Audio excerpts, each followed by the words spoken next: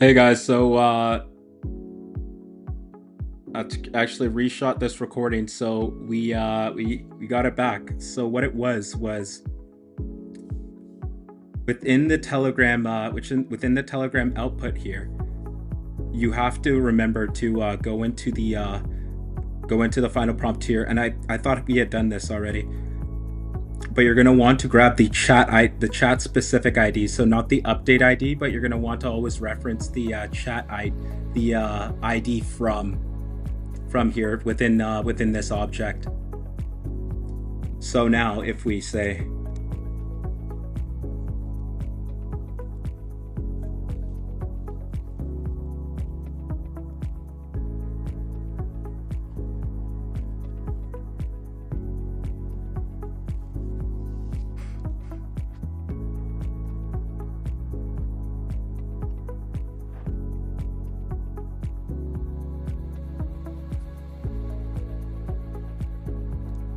all right, perfect guys. So that being said, it's great having you guys around, and yeah, take care. See you guys next time. Guys, how's it going? So based off of the trigger here, if you guys can, I don't know if probably actually mirror my phone right now if I do this right here.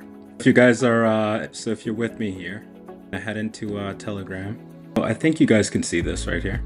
I'm pretty sure you can see this. All right. Overall, just a basic Telegram rag setup. We'll teach you how to build this step by step. So step one, you're gonna want to go on to a Telegram trigger right here. So you could click hit tab. Just grab just the basic Telegram trigger, and you're gonna want to grab just the down near the bottom here, and you just want to grab it just to start off with. Within this Telegram trigger, you want to chat, and then operation. For operation, you want to select get. In this Telegram trigger, you want to hook up your credentials if your credentials aren't already set, and you want to trigger it on Telegram messages. Following that, you could just add a switch. You're going to want to add a switch here, and add JSON message here.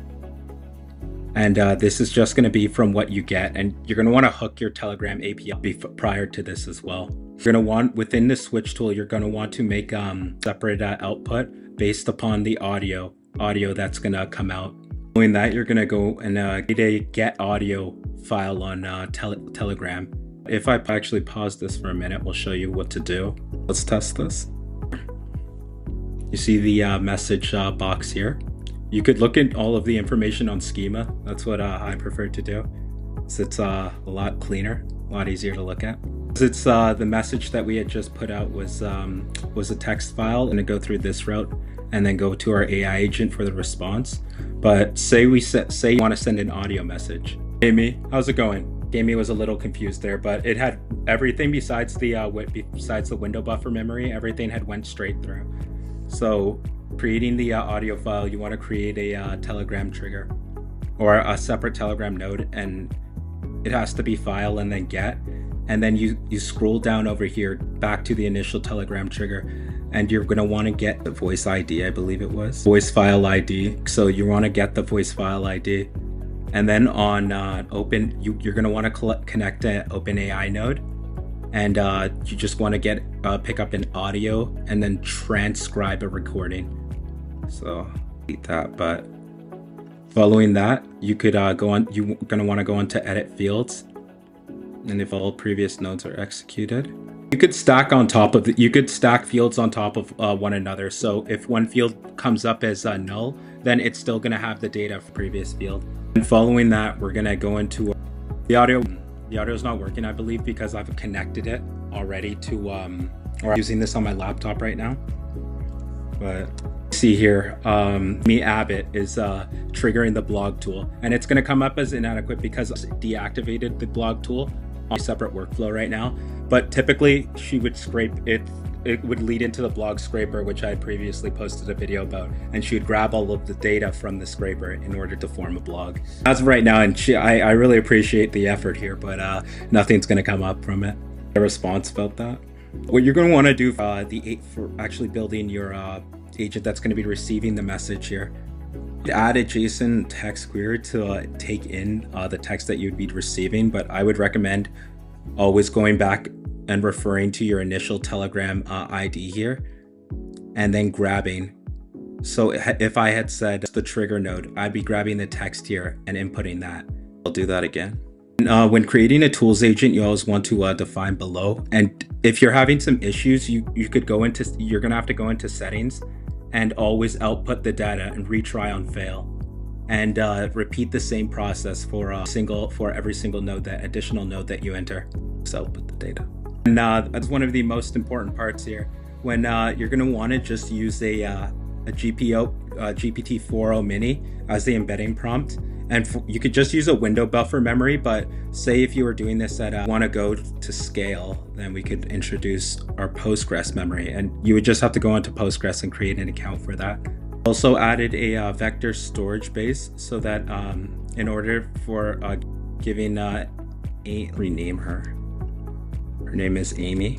Give Amy some context of just what our company policies are. We've embedded a Pinecone vector storage base. When prompting her to call on the tools, you want to just create a simple prompt saying just call this tool to access what she's trying to access, so that when you provide her the instructions to do so, she knows where to go.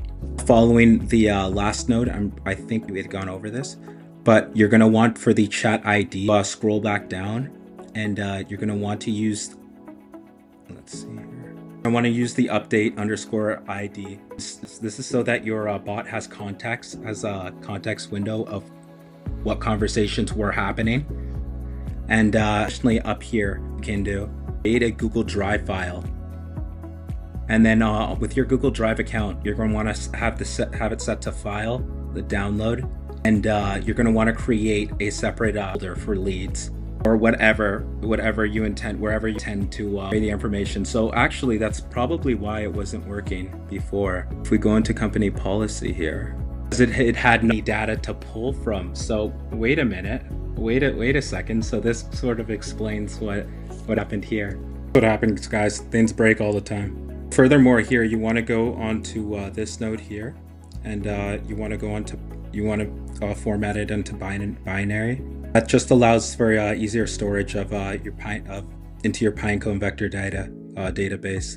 Following that, you're going to want to add a default data loader, load all input data, and automatically detect the MIME type. Actually, go here and search logs.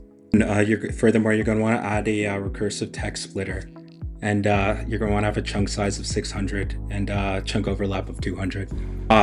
So since stuff breaks all the time, guys, but we didn't. So there was no message coming through to Amy.